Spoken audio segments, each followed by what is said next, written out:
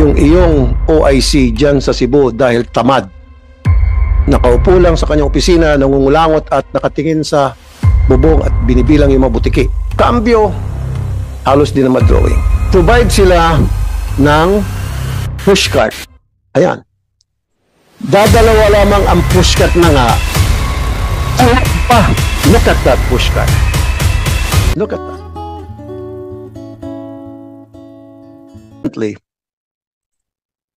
I went to a province, particularly in Cebu, na meron ako nakita ang violation doon.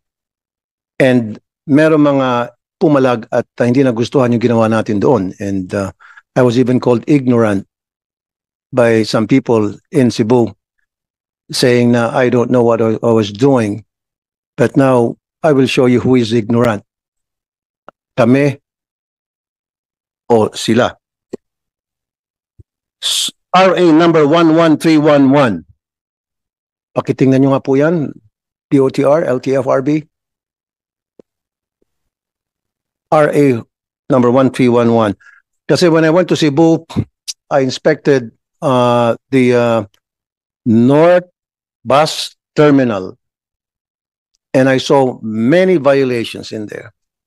Mamaya na muna yung violation sa mga bus, doon muna sa terminal yung serbisyong ibinibigay para sa mga pasahero ng nasabing bus terminal.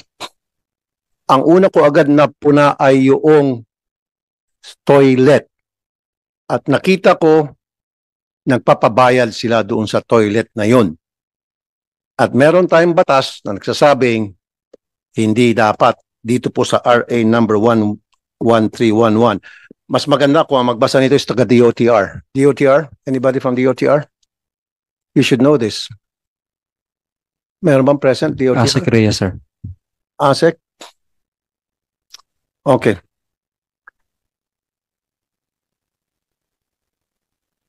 For the bus terminal operators, administrators, and owners, read what's in RA number 1131, particularly Section 5 and Section 7. Please, go ahead. Good afternoon po, Mr. Chair. Reading for Reading Republic Act number 11311, Section 5, states that prohibition on collection of fees to access sanitary facilities. It shall be unlawful to collect fees from passengers for the use of regular sanitary facilities therein. For the purpose of this act, the concerned passenger must show the paid bus ticket for the day in order to avail of the free use of sanitary facilities, provided, however, that the provision of this act shall not apply to separate, well-appointed, or deluxe sanitary facilities that are operated solely for commercial purposes and for the convenience of passengers who require and prefer such facilities within land transport terminals, stations, stops, rest areas, and RoRo terminals. Okay, stop right there kasi bus na pinag-usapan natin. So what it means is dapat hindi maningil. Pero doon sa provision na yon, pwede sila maningil pag maglagay sila ng another facility, meaning CR, of premium service na in-offer. Halimbawa, CR na may aircon. Papabayaran mo yan kasi premium service yan eh. Pero dapat meron ding CR na libre. Tama? You follow me so far? So therefore, yung sa Cebu, may violation yon. Do you agree, DOTR? Yes, sir. Yes, sir, Your Honor. North Terminal Cebu, may violation yon. Tama? Very good. Now, since may violation, kasi yung Cebu, North Terminal is being operated by the provincial government of Cebu, LGU. It's not privately operated, although I know na it was the piece of land was donated by SM, correct me if I'm wrong, and then you know yung dinonate na piece of land, yun ay ginamit nila para gawing terminal. Tama? Now, so you did say ASEC Joscoro Reyes na may violation yung North Terminal sa Cebu. So sa violation na yan, ano ang sanction? At sino mag-implement, mag-impose ng sanction? May I read Section 7 po, sir. Go ahead po, sir. Section 7, penalty. A. Any owner, operator, or administrator of the land transport terminal, stations, stops, rest areas, and RoRo terminals who does not comply with the standards for sanitary facilities under Section 4 of this Act shall be liable for a fine in the amount of 5,000 pesos for each day of violation. Any owner, letter B, any owner, operator, or administrator of land transport terminals, stations, stops, rest areas, and RoRo terminals who violates the prohibition under Section 5 of this Act shall be liable for a fine in the amount of 5,000 pesos for each day of violation, and any owner, operator, or administrator of land transport terminals, stations, stops, rest areas, and RoRo terminals who does not provide and maintain a lactation station as required under Section 6 of this Act shall, in addition to the sanction under Section 21 of the Expanded Breastfeeding Promotion Act of 2009, be liable for a fine in the amount of 5,000 pesos for each day of violation. Okay. Okay, sir. Now, so maliwanag na may violation yung North Terminal sa Cebu. And that terminal is being operated by the LGU ng Cebu, in particular, provincial government. So they are considered administrator and operator. Right? You follow me, Asek Reyes, sir? Now, sabi mo merong fine, daily fine, 5,000, etc. So sino ang magpapa-implement at para ma-impose na yung fine at makolekta yung fine? At kung bibilangin mo violations, gaano na sila katagal yung terminal na yun, gaano katagal nagsisingil ng CR. So i-compute mo yung fine from day one, right? Up to the present. So, sinong gagawa nun?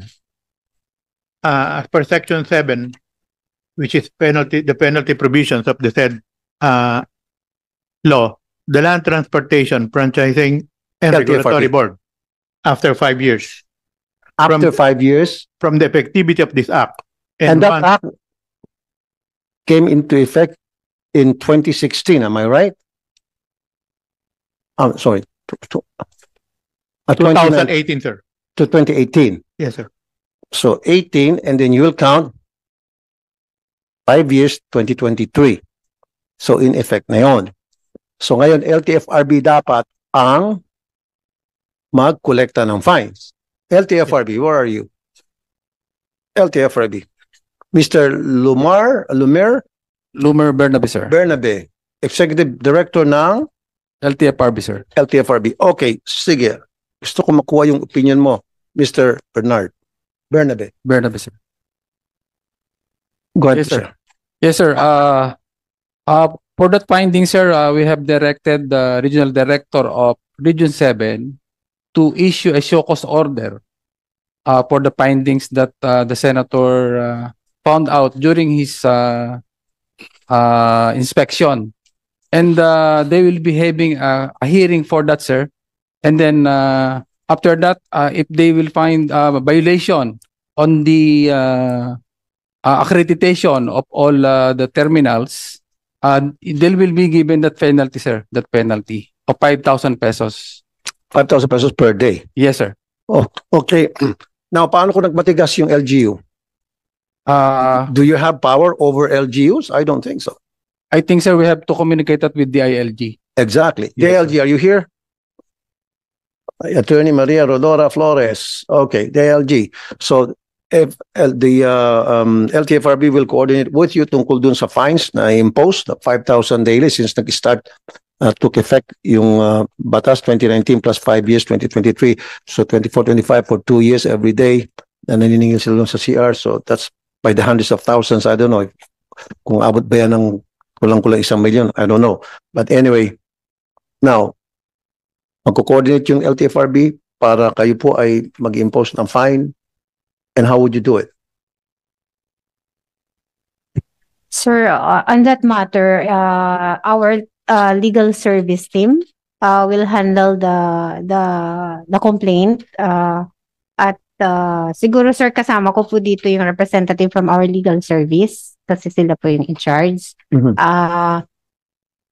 Usually sir, pagka ganyang may mga reklamo po kaming nare-receive, Mhm. ang initial action po talaga ng DILG is to call the attention of the LGU, and parang katulad ng sinabi nga nila sir, di ba, show cause order, pero since meron ng result based doon sa kanilang show cause order, i-verify siguro po ito sir ng aming team from our legal service and do the necessary action from there. Ano po yung standard natin, Attorney Jean, from there? If I may call the representative sir from our legal service. Go ahead.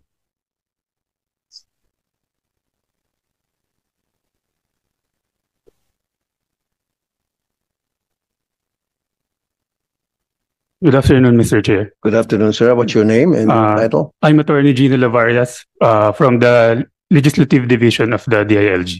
Good afternoon, attorney again. Sige, attorney, the floor is all yours. Mr. Chair, LTFRB, being the lead agency, may communicate may communicate with the DILG for possible sanctions of the LGU with regard to non-compliant to RA 11311. Then the DILG may write a letter to the concerned LGU. Then if that letter remain unanswered by the LGU, the DILG may initiate filing of the formal charges with the concerned LGU to the Ombudsman. And what will be the charges? In relation to local government code, Mr. Chair, there is a gross neglect of duty that may be filed with the concerned LGU. So in the case of Cebu, sabi nga ng LTFRB, nag-issue na siya ng shock cause order, and then they will coordinate with you, and kapag walang response at kapag walang hindi umaksyon yung provincial government of Cebu, then that's the time that you will file charges. Yes, sir. Very good. Okay. Now, isa pang violation nakita ko when I was there, dun sa terminal na yon, walang mga electric fan, pero nagbago na, binago na nila, and I thank the provincial government of Cebu dahil natinag din pala kayo at ginawa niyo yung gusto kong mangyari. When I was there, I was just, ikukwento ko na lang, ang daming electric fan doon sa terminal. Hindi ko mabilang kung 10 ba or more. Not a single one ay gumagana. Tanghaling tapat yan. Pinagpapawisan yung ilan sa mga pasahero doon na nag-aantay ng kanilang schedule na biyahe. Pero pag pumunta ka doon sa ticketing office booth, ang lamig, nakasweater pa yung mga empleyado doon. Pagdating mo sa admin office, nakasweater pa sila. Yung admin office, mga officer doon, dahil sa lamig. Pero sa mismong terminal, walang gumaganang electric fan ni isa. At ang sabi sa amin, gumagana lang daw yung pag sa gabi. Sabi ko, bakit sa gabi? Malamig na sa gabi. Dapat sa umaga gumagana. So parang, the passengers are being shortchanged. They're paying the right amount for the plate, kung tawagin doon sa Cebu. And yet, hindi sila provide ng good service. And from what I've heard, LTFRB, magkano ang binabayad ng bawat bus na nagpa-park sa North Terminal, each parking and each arrival and annual membership? For the public to know, para malaman namang Cebuano. Sir, I'll have to find out, sir. I'll just check it with the regional director of Region 7. I do have that data. I was just asking kung kaya mo. Pero Yes, sir. again, this might not be accurate now. Correct me if I'm wrong. Monthly fee for each bus unit na binabayad sa Cebu North Bus Terminal. I mean, ito sa South, It's sa South. And siguro pareho din to sa North. Ito yung nakuha namin data. 12,000 monthly fee for each bus unit. 250 terminal fee sa bawat parking. And 75 pesos na naman pagdating. 3 taga. And yet, free CR, hindi nyo kayo may provide. Sana magaan. So, kasi yung South Terminal is also being operated by the provincial government of Cebu. Come on guys, kayo dyan sa provincial government, I don't have anything personal against you guys. I'm just doing my job, trabaho lang, walang personalan to. Ginagawa ko talagang trabaho ko. Kahit na sino magalit sa akin, basta I have to do my job because I was mandated by the people to do my job as a senator of the whole country, not only of NCR, but also Luzon, Visayas, and Mindanao. And I've been doing this not only here in the Philippines, but also sa ibang bansa. Tulad sinabi kanina sa DMW, bilang committee chair ng Department of Migrant Workers, pupunta na ako ng iba't ibang bansa, Dubai, Hong Kong, Singapore, etc. para mag-inspect. But anyway, going back to public services. Now, meron bang violation din doon sa electric fan? Sa tingin nyo? LTFRB? Kasi sa Section 4 ng RA 11311, nakalagay doon in the absence of natural ventilation, dapat may ventilation. Mechanical ventilation with airflow from a clean area. So in this case, walang electric fan. Kaya lang, ginawa na ng paraan na may electric fan na. So hindi natin pwedeng habulin yon. I'm just being clear. Pero in case, kapag merong pang ibang mga bus terminal na operated and ang administrator ay ang LGU, so you can go after them using this Section 4, 5, and 7. Tama?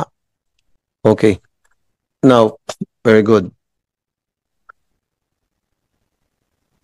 Ngayon, sinong ignorante? Kasi we were called ignorant. Now, sino lumalabas na ignorante? Pastilan, Ginoo. Okay. Karon, asa naman ta? Muadto ta sa kanang mga bus ba? Isa sa mga nakita namin doon sa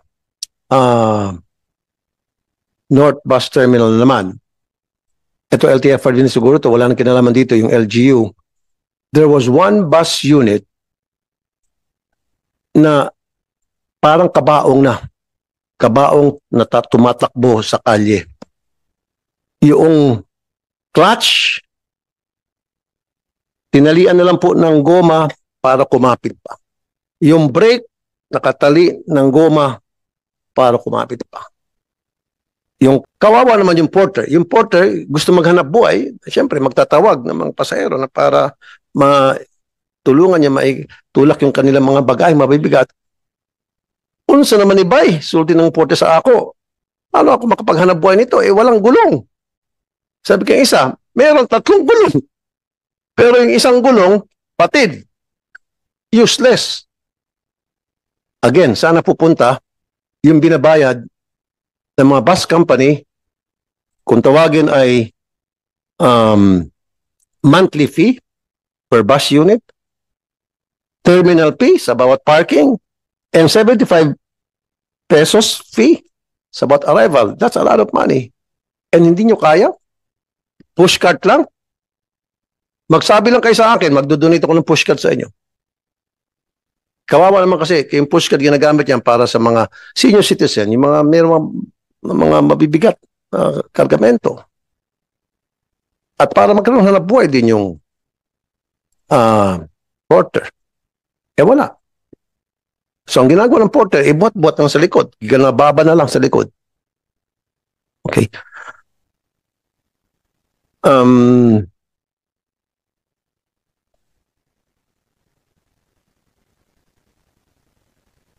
Yeah. Now, LTFRB, pagalitan mo yung iyong OIC dyan sa Cebu dahil tamad. Nakaupo lang sa kanyang opisina, nangungulangot at nakatingin sa bubong at binibilang yung mga butiki. I'm serious. Call his attention. Because he's not doing anything. Kasi kung ginagawa niyang trabaho niya yun, hindi makakalusot yung bus na yun. Nasira-sira na halos. Hindi niya papayagan yun. At maraming mga gulong doon ng Ceres bus na put-put. And for all you know, baka put-put pa yung brakes. And mind you, recently, may mga aksidente involving Ceres bus units. In fact, for so many years in a row, talamak yung aksidente ng mga bus involving Ceres. Mechanical problems. May mga nasunugan, nasunog. Meron pang sumabog ang bubong. At sino may problema rito? Dalawa. Government agencies na nag-regulate, na nagmonitor, and then of course, bus owners. Anong comment nyo ng LTFRB, sir? Sir, doon po sa huling, dahil po dito sa ginawa niyo inspection, we have called the attention of the Regional Director of LTFRB 7 and we asked him to explain. And also, sir, we directed him to conduct regular inspection on all the terminals and all the buses. Sir, for the franchises, we check it. And then our partner agency, sir, the LTO, who is responsible for the roadworthiness, we also call them, we also call the attention of our partner agency. We are not passing, sir, but we are doing it in partnership with LTO. So, yun po, sir, we can also show to you the directive that we have given to the regional director and also the coordination we made with the LTO of Region 7. Siguro you have to inspect also. Meron ba kayong threshold as to how many violations lang papayagan yung magkaroon ng isang bus company before they will be suspended or canceled ng kanilang franchise? For example, dito sa Ceres Bus. January 2021, sa Consolacion, Cebu, nagkaroon ng aksidente. May 23, 2022, catches fire in Barangay Labagan in Mandawi City. April 12, 2024, caught fire in Anilao, Iloilo. June 10, 2024, caught fire along the National Highway in Canamucan, Compostela, Cebu. April 20, 2025, more than 10 old bus units caught fire inside the Balyacar Transit compound at Community Barangay Cabog, Bacolod City. Ano ibig sabihin po nito? Malaki ang pagkukulang ng LTFRB. I'm sorry to say that, sir. Ibig sabihin, wala kayong ginagawang regular inspection, hindi lamang sa mga bus unit itself, kundi maging sa mga motor pool, how these buses are being maintained. Am I right? Right, sir. We admit that, sir. So ano pong plano? Anong game plan ngayon? Sir, with that, sir, we have come up with a memorandum circular wherein, sir, yung pong not only the terminal but also the garage.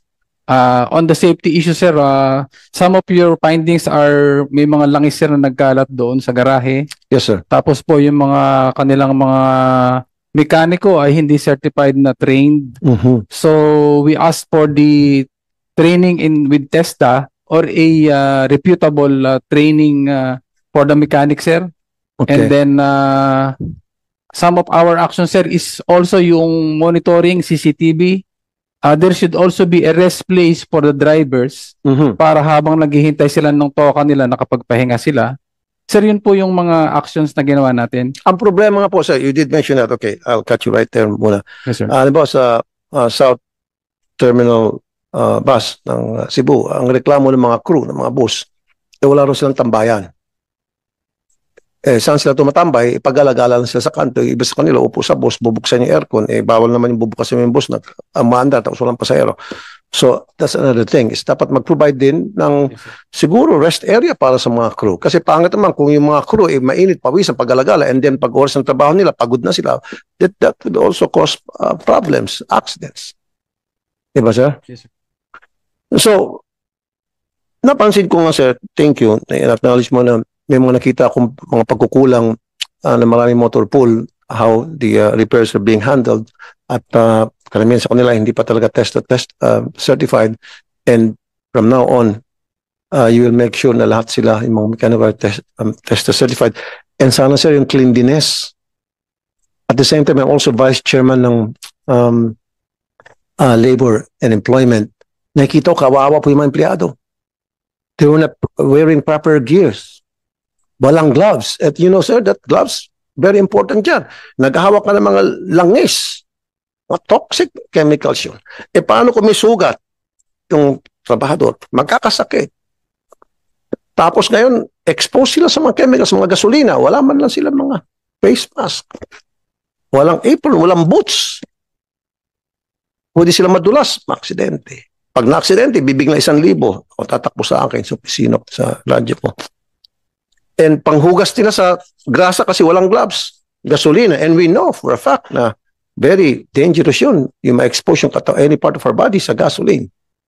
And those kind of things has also to be investigated. Siguro magsama na rin po kayo mga taga-Dole pag nag-inspect kayo. Kasi walang ventilation, poor ventilation. Na makikita mo na pinagpapawisan po yung mga manggagawa.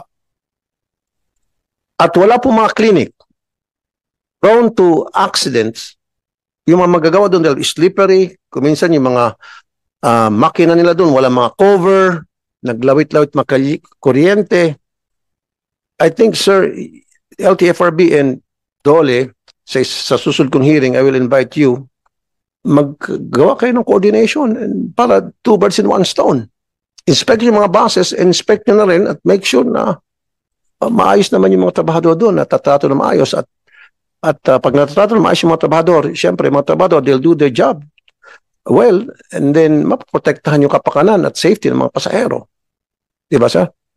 So I think it has to be done. Tapos dapat, sir, lahat ng mga motor pool may mga clinic. I think I'm telling you this now, although dapat sa Dole to, pero pwede niyo po i-coordinate sa Dole early on. Na kasi kapag nagkaroon ng aksidente, merong clinic na maitatakbo agad yung mga trabahador. Now,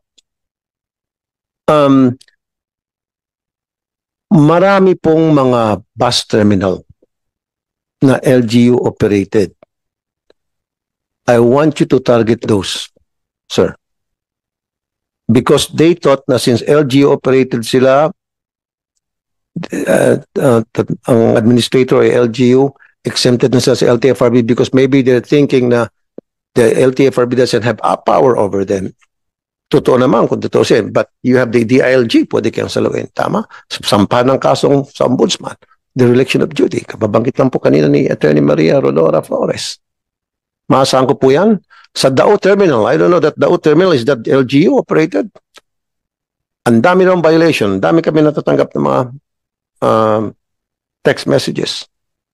Siguro po LTFRB mag-ikot po kayo sa buong Pilipinas, lahat ng mga bus terminals. Kasi ako, nag-iikot na ako. Hindi ko naman pwede ikutin lahat yan because meron pa naman akong trabaho dito sa Senate on top of the inspection I'm doing. So siguro, I challenge you, kayo po dyan sa LTFRB, mag-ikot kayo, tingnan nyo po ang mga violations. Especially doon sa mga unit mismo ng bus. Yung mga brakes. Itong Holy Week, ilan pong natalad yung disgrasya sa daan involving po yung mga passenger buses?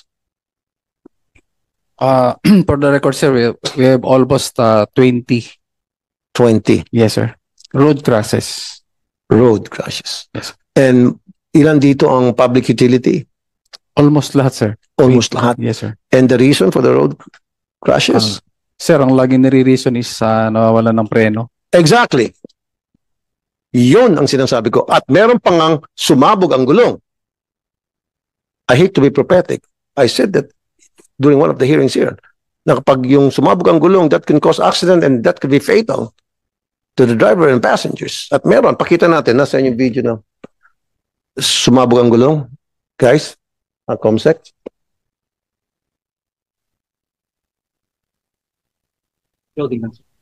Okay. Yun po yung palagi, sir, eh. Palaging sinasabi ng driver, nawalan ng preno, nawalan ng preno, nawalan ng preno, parang silang plaka paulit-ulit. At yung karamihan sa mga accident, they're avoidable. Disiplinado yung driver, nagpapalo sa traffic rules and regulations. Well-maintain yung kanyang sasakyan. No accident. Alisin mo lahat yung sinabi ko. Many accident. Yan ang 20 accidents. So, nawalan po ng brakes. Kadalasan. At ano po ito mga sasakyan, ito mga bus? There are buses, sir, and also trucks for hire. Okay. That is something that you have to investigate from now on, sir. Pag pumunta kayo, mag-investigate kayo, mag-site inspection kayo sa mga sa mga bus terminals, public utility transport. Yung brakes po, very important. Kasi yan po talaga palagi ang binibigyan na dahilan ay yung nawala ng brakes. O dili kaya sumabog yung gulong. Yan ba yan yung sumabog? Ban for hire naman yan. Ban for hire, sumabog, pumutok ang gulong, na aksidente sa may Boljoon, Cebu, April 18, 2025, Good Friday. May 10 pasahero papuntang Santander. So ban for hire, ano to? Sakop ng LTFRB, right? Opo, sir. So, paano ang monitoring ginagawa niyo po sa mga ban for hire nga pala, LTFRB, sir?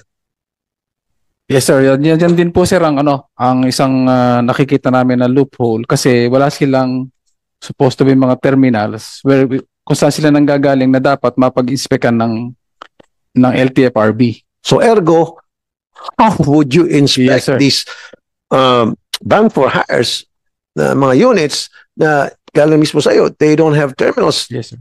for you to go there to inspect. So, yun po, sir, ang isasama namin sa aming mga gagawing MC.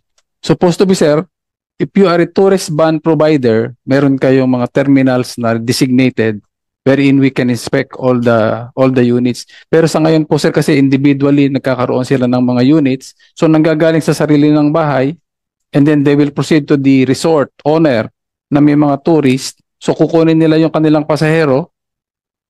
So, yun po, sir, ang nangyayaring So, kaya nga po, sir, doon sa MC, sa memorandum na circular na ipapasa nyo, anong nakasaad doon? There should be a designated terminal or tourist van for hire or shuttle service na kung saan pwede mag-inspect for safety aspect ang LTFRB and also the Land Transportation Office.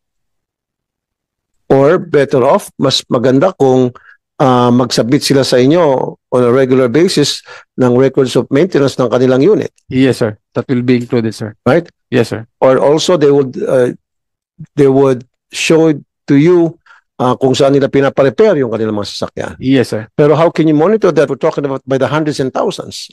We can direct also our regional director, sir. Kung itong mga bus nga, meron ng mga terminal, hindi na kaya ng mga regional director nyo, yung pa kaya, isama natin tong mga van for hires. But we have to do it, sir. You have to do it. But how? I need to know how, kasi Yes, sir. Yes, sir. it's easier said than done. Yes, sir. It's easy So, to say sir- na we will do it, pero how? Sir, Tell me how. we can do partnership, sir, for example, sir, this van for hire is being registered yearly. Okay. And during the registration, sir, at LTO, there is this roadworthiness inspection. Mhm. Kaya po, sir, meron tayo ng motor vehicle inspection system. Okay. Nasa LTO po yan. Mhm. So, pag nag-under po sila ng inspection, ay ng renewal ng kanilang registration, the unit will undergo series of inspections, sir, as to the brakes, Mhm. yung roadworthiness na, yung under chassis and everything. Meron po silang aparato na ginagamit or equipment ang LTO in order to ensure na bago nila i-renew that the unit is roadworthy. Mhm. Yun po, sir. Okay, sige. Now, I know merong batas tayo, RA 10916, Road Speed Limiter Act of 2016. This was back in 2016. It's not being implemented yet. Na lahat dapat ang mga public transport merong speed limiter na hindi siya pwedeng bumilis pa doon sa naka-designate sa batas na speed. At yan dapat ini-install. Yes, sir. Mandatory Dapat po. sa lahat ng mga buses. Yes, sir. Hanggang ngayon, hindi pa rin. Yes, sir. Hindi pa rin Why po not, na-enforce. sir? Another causes of accident ay yung overspeeding. And we know that for a fact, right? So bakit hindi pa natin na-install yun? Itong RA 10916. Marami tayong magagandang batas. I'm telling you. Since namupo akong senador, marami akong binasang batas. Sabi ko, ang gaganda ng mga batas na ito. Pero kulang tayo sa implementation. Kaya dito ako pumapasok. Ako ang tagahanap ng mga butas sa batas na yung mga hindi na-implement. And this is what we're talking about now. Bakit hindi na-implement to, sir? Sir, siguro po, it's just the implementation. Why? 2016 and now it's Yes, sir. Yes, sir. 2025. I think we have to. 9 years na. Yes, sir. We have. So kailan to ma-implement? Pagputi ng uwak. No, sir. With what is happening now, sir, I think we have to be stricter. When? When? Immediately, sir. Immediately. When you say immediately, give me a time frame. Yes, sir. Time frame, sir. Starting next week. Starting Next week. Because we will be having a memorandum circular, having this Senate hearing as our reference, that henceforth, all public transport should be installed with the speed limiter in accordance to what is in the law. Okay. And you're telling me now, starting next week, Yes, sir. umpisahan nyo na to Yes, sir. sa lahat ng public transport. Is it safe to say today is only April, by the end of the year, how many % na yung covered yung... Sir, I will check for the availability of the speed limiter, and then I will get back again Yung to speed limiter, saan ba binibili yan? there's a provider, sir. Actually, there are lots of provider who are offering this speed limiter. Baka pagkakitaan nyo naman, kayong iba, hindi pa papalag. Teka muna eh. Sir, baka sir po yun ang nagiging reason kung bakit hindi pa na-implement. I think we should, for my part, sir, personal opinion, I think we should conduct due diligence on the speed limiter provider, and then we'll be conducting bidding who has the most credible speed limiter that has to be installed. And I'll make sure, pagdating sa bidding, ako ay naka-monitor na para hindi po gagamitin yan para pagkakitaan Yes, kung sir. ilan-ilan Yes, dyan. sir. That is the one sir. that we have to assure the senator, sir. Okay. Good. Now, next, I would like to commend LTFRB and PDEA because itong Holy Week ay ilan, I think 100, mahigit sa 100 na mga drivers ang nag-positive. Do we have PDEA here? Member? Attorney Joel Mad. Yes, sir. Attorney Good Joel. afternoon, sir. Madeo, good afternoon. Okay, maganda yung balita. Well, actually bad news yun. Pero good news doon sa inyong effort na ilan po yung mga na nag-positive, na nag-random check kayo sa mga drivers, sa mga public utility. Sir, there are 101 drivers, sir. 101 drivers Yes, sir. Out of- Nationwide. nationwide. Yes, sir. Saan karamihan dito sa 101 mga ito? Kamihan po doon sa Mindanao, sir. Mindanao. Sir. So ano to? Positive sila sa Shabu? Po, sir. Okay. Anong nangyari? Ano yung proseso? No? Once na naging positive sila, yung random drug testing nyo doon sa Mindanao, anong sumunod na? Sir, Yung ang proseso. ginagawa po dito, sir, is rinirehab po to. Pero unang-una po, kinukonfiska po yung kanilang driver's license para hindi po sila makapagbiyahe agad-agad. Then, they are being referred to po sa mga concerned LGU for the rehabilitation and treatment, sir. Okay, LTFRB and LTO. Sinasabit, kasama naman siguro LTFRB no, when you did that Yes, testing? sir. Yes, sir. LTO, sir. LTO, nandito ba yung LTO? Okay. Now, muna, Pedea, ilan sa mga bus companies na year in and year out na ginagawa niyo ng random drug testing tuwing Holy Week ay paraging merong mga driver sila nagpa-positive? Meron ba sa record nyo? Sir, we conduct random drug tests on these private companies twice in a year. How about public utility? Yes, yes, sir. Including Sa the mga public utilities, sir. Kaya nga, ilan po doon sa mga bus companies na paulit-ulit nyo na lang po naulihan ng mga drivers na nagpa-positive sa drugs? Sir, in the observance of this Holy Week, we conducted 4,207 numbers of drivers. And I'm saying, sir, ilan dito ang recidivist? Yung bus company na paulit-ulit na lang na nagpa-positive ang kanilang mga bus drivers every time na gumawa kayo ng drug testing. That's what I meant. Sir, I will check on the record, sir. LTFRB, do you have those? You have that record? Sir, we will go back to the record, sir. We cannot say categorically, sir, kung sino po yung mga recidivist. Nako, you should. You should. You must. Yes, sir. You will be Yes, sir. doing that. That is for the safety of the passengers. Kasi kung paulit-ulit na lang naulihan nyo or nagpa-positive ang mga driver nila isang bus company every year or twice a year, there's a big problem. And that means maybe cancelin muna, suspend muna pansamantala yung lisensya ng bus companies, yung prangkisa ng bus companies. Dahil pabaya sila. Diba? Marami din sa mga aksidenteng dahilan dahil yung driver ay naka-drugs. Sinasabi nilang kunyari brakes, nawalan brakes, pero wag ka, naka-drugs. Sobrang bilis. In fact, merong video nag-viral na yung supposed to be na 15 minutes na biyahe, I don't know, where was that? Ginawa lang niyang 5 minutes. Parang daig pa niyang jet plane. Malamang naka-drugs yun. So, wala kayong records niyan, PIDEA? Wala kayo sa database niyo? Sir, based on our record, we only have one bus company. One time? Yes, sir. So, ibig sabihin, pag gumawa kayo ng drug testing sa bus company nito, bus company A, sa next time bus company B, hindi nyo binabalikan kung baka meron ba improvement. Wala.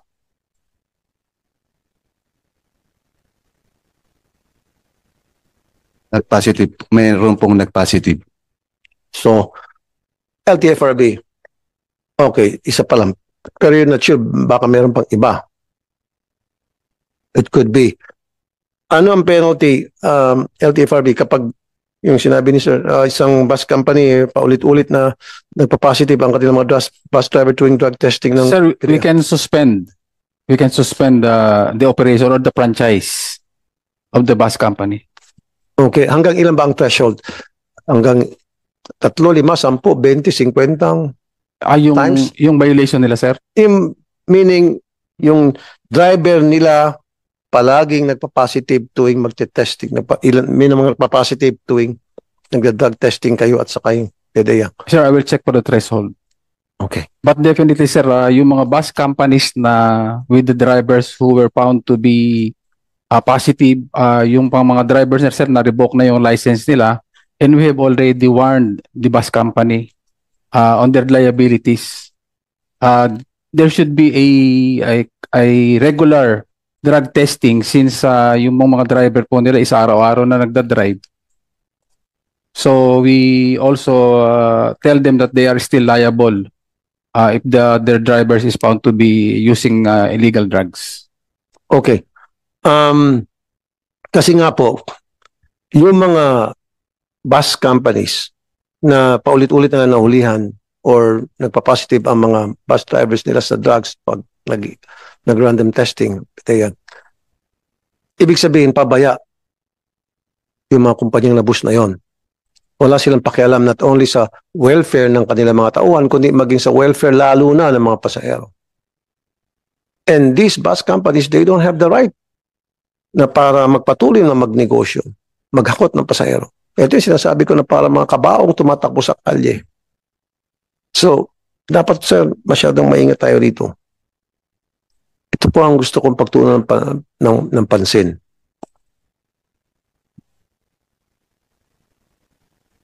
Proper disposal of all bus units to avoid incidents. Nag-inspect ho ba ng motor pool who should be doing the inspection? LTFRB, LTO? Yung motor pool. Sir, it's the LTFRB. Okay. Well, recently, meron isang old na bus unit sa garahe na sumabog. Sunog. Nabalitaan niyo po yun, sir? Yes, sir. Sa motor pool yun. So, meaning, wala tayong in-inspect na motor pool.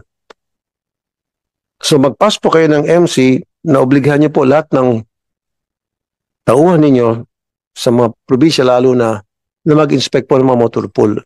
Ako po, nag-inspect ako, nakita ko sa Cebu, talagang hindi lang po kaawa-awa yung mga trabahador doon, kundi natatakot ako sa buhay ng mga pasahero na sasakay sa bus na yon, na kung saan doon nire-repair sa motor pool ang bawat unit at minimaintain din doon. Dahil wala sa hulog, ika nga. Yan na po yun, oh. Ayan. So, proper disposal ng mga bus. Kanina pong trabaho yan. Pag halimbawa yung bus hindi na po ginagamit, whose jurisdiction would fall that under? Sir, it's still responsibility of the company on the proper disposal. Yeah, responsibility of the company, but sino nag-regulate yan? Sino ang nagsasabing na ito dapat ang gagawin kapag hindi nyo ginawa yan, kayo po'y mamumultahan, etc. LTFRB, sir. Then, again, may Yes, sir. pagkukulang ulit tayo dyan. Yes, sir. So, ano pong plano nyo dito sa nangyaring insidente na nasulong na bus? Yes, sir. Pati po yung lumipad na bong, pero mamaya masyado yung mabilis ang paglundag-lundag ko. So, ano pong plano nyo rito? Ano pong game plan? If there will be a regular inspection, sir, dapat po we have directed already the owner to dispose all the unused vehicle because it poses hazard. Yun tulad po niya, sir, nagkaroon ng sunog. Okay. Fire department. Fire department. Okay. Yes, sir. Good afternoon. Fire Superintendent Jeffrey Atienza, Chief Special Operation Division. So, under sa jurisdiction niyo po yung mag-inspect ng mga fire extinguishers sa mga buses, right? Mainly, sir, no po. Mainly po sa terminal po kami nagpo-focus, sir. Sa mga Pero terminal. sa every bus po na transportation, wala, sir. So, LTFRB, sa inyo yon. Part of the safety, sir, LTFRB. So, kayo po, sige, since nag-usap na tayo, Superintendent Atienza, nag-inspect ho ba talaga kayo ng mga fire extinguishers sa mga terminal? Eto, wala tang fire extinguisher. Bumbero na dumating. Yes, sir. For information po, Your Honor, yung po nasunog po ay isang open yard po na pinagtambakan po ng mga unserviceable na vehicles po ng mga bus. Is that po a terminal po na usual na may mga maraming tao po na present? Okay. So, sa mga motor pool at mga bus terminal, are you sure? Siguraduhin mo lang na nag-inspect kayo ng mga fire extinguishers doon na para masiguro na yung mga fire extinguisher ay hindi pa expired. Yes, sir. We religiously inspect kung may, especially, sir, kung may mayor's permit po. Pero kung mahirapan po kami ma-monitor, kundi po wala po silang business permit, sir, sa amin. So, kung walang business permit sa Mahirapan po kami ma-locate, sir. So, paano yung, okay, good. Nabanggit mo yan. So, paano kung meron dyan yung mga house-show kung tawagin ng mga establishments, terminals, motor pools na hindi naka-register? So, paano yung matuko yun? Yes, once na Ensure na meron silang mga fire extinguisher, parang kanilang mga trabahador ay hindi mas discuss, yung mga accident sa sunog. immediately po dapat mo i-report po natin sa LGU, sir, barangay level na wala pong kaukulang permit po yung motor pool or terminal, sir. Paano bang refill ng mga fire extinguisher, sir? Once a year po, pag talaga pong ang fire extinguisher po ay talagang makikita po na down pressure, sir, and makikita po physically na talagang lumang-luma na po ang tangke. So, yung tangke, every year dapat pinapalitan. No, sir, yung pong laman lang po. Laman. Yes, sir. Tapos, saan po dinadala yon para palitan yung laman? At ano yung indication doon? May indicator ba doon na yung laman ay napalitan lang? Sir, sa legitimate na supply ng manufacturing extinguisher. Pero doon sa sticker, di ba nakalagay dapat yung date na ni-refill yun and then the date Yes, sa sir. Opo. May refill? tag po sa body po ng fire extinguisher.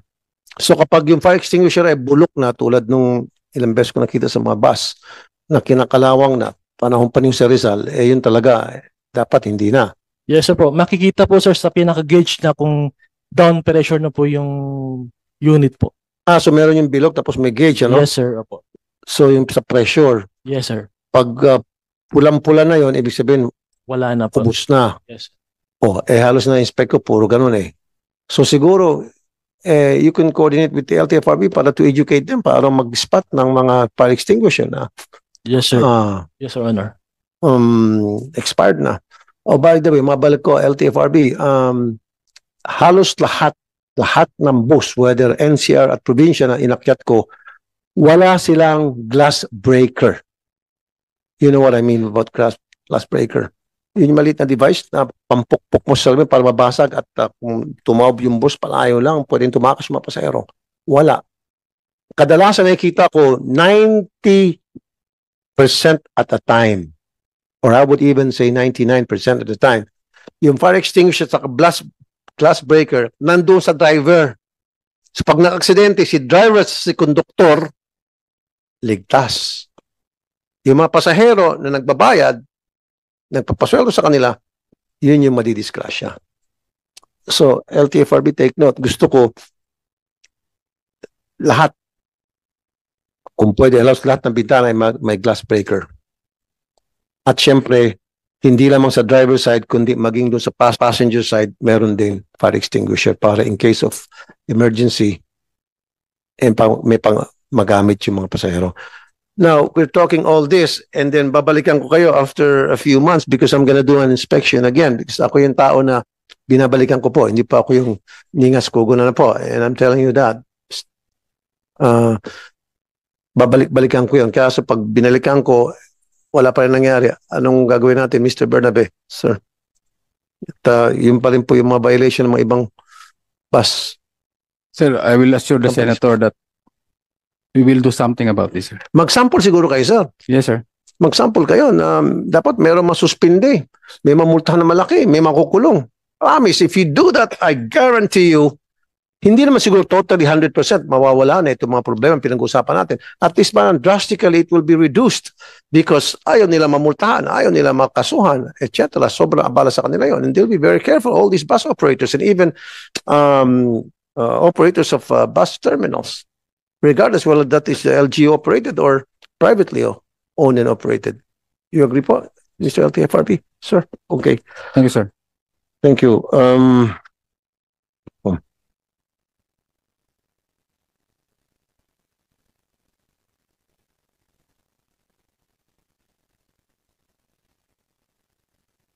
Cisco, Star, Victory, Lion Air, Florida. Yeah, I did some inspection on these bus companies. And then, in fact, may isang bus company dito. I'm not gonna mention the name. Baka lalaking tenga, ulo. Maganda naman yung nakita kong pag-inspect ko. Compliant halos sa lahat ng bagay sila at malinis pa.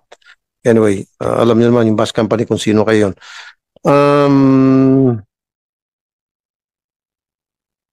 Oplan Harabas. Ito yung drug testing, ano?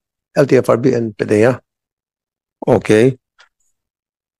LTO inspected vehicles for road worthiness check and 1,165 failed the check. LTO? Yes, po. Good afternoon, po. So what happened to these 1,165 failed that inspection check for road worthiness ng mga vehicles?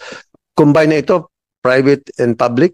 Ano lang po, medyo nag-concentrate po kami sa terminal po nung Oplan Semana Santa po. So public lang to. Yes, po. Wow! 1,165. Nationwide po naman po to. Nationwide, yes sir. Kahit nation, malami na ito po sir. Just imagine, ilang pasahero ang nakasakay dito na pwedeng maging cause ng disgrasya dahil nag-fail sila sa test. Ano po usually, saan sila bumabagsak sa test? Hindi na po namin sila pinapabiyahe po. Pinapabalitan po ng sasakyan. Ano nga po halimbawa, yung nakita nyo na violation doon kaya nag-fail Karamihan sila po, sa test? kalbo po yung gulong, sir. Exactly. That's what I'm talking about. Thank you. Di ba? Kalbo ng gulong. Kasi ang ginagawa naman ng iba, mga maduga ng mga bus companies, ni-recap lang, which is bawal yun. Tama, sir? Opo, Yung sir. putput na gulong, papatungan nila ng goma na bago para lalabas na bago. Pero dapat yung gulong itself, papalitan. So, hindi nyo pinabiyahe ito 1,165. Ano-ano to mostly? Buses? Tama? Yes, sir. At ano itong mga bus companies na ito? Yung marami, yung karamihan, Yung maraming units? Opo, yung may maraming unit po. Ano po? Anong pangalan ng bus company? Baka isa to sa mga paboritong sinasakyan ng mga kasambahay namin pa uwi ng mga probinsya nila. Para sabihan ko sa mga kasambahay namin, huwag niyo na muna sakyan yan. Ano po? Kabagay mga kasambahay nga pala namin nag-aeroplano. Sa mga kakilala ko na lang pala kapitbahay. Sige, ano po sir? Medyo maano ko lang to sir, yung filtran ko po. Filtran ko. So, hindi nyo marami doon ng mga bus units, kalbo ay filtran ko. Ama? Yes po. Ilan po sa mga units ng filtran ko na sabi nyo huwag nang bumiyahe kasi delikado, tako disgrasya ka. Ilan pong units? Alamin ko muna po. Mga ilan po?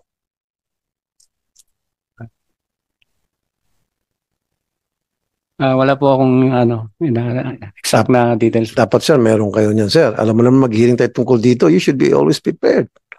When you come to a hearing like this, especially pag ako po yung napatawag ng hearing dahil mabusisi po ako magtanong. Hanggang sa kalit-lit na bagay, tinatanong ko po. Sige po, alamin ko po. Importante po ito. Why?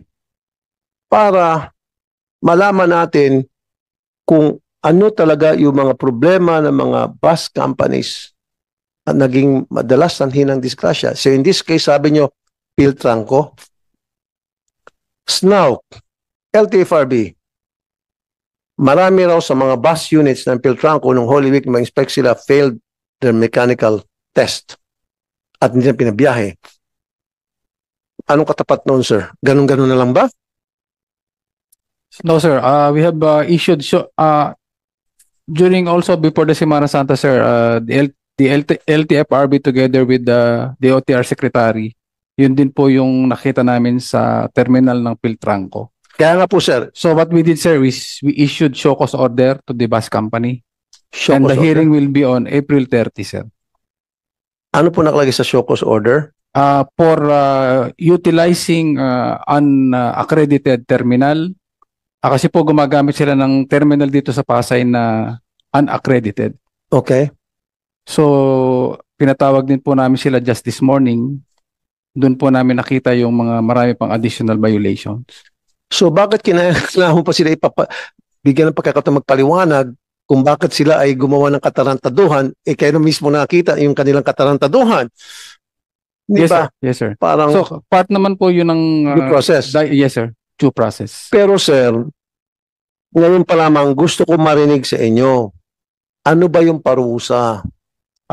Sir, if our findings is already violated, it will be their franchise will be suspended. So in this case, sir, mga tao nyo na mismo ang nakakita ng violation. Yes, sir. Nagpadala kayo ng show cause order. Doon sa show cause order, why we should not suspend your franchise after having been found to have so many violations, etc. Sasagot sila. Kailan po yung hearing? April 30, sir. April 30. And then after that hearing, may schedule another hearing for another 30 days, hanggang inabot ng taon-taon. No, sir. Immediately po after the hearing, the resolution will be submitted and the verdict, sir, will be given to the violator, which is How many days after the hearing, sir? After the first hearing? 7 days, sir.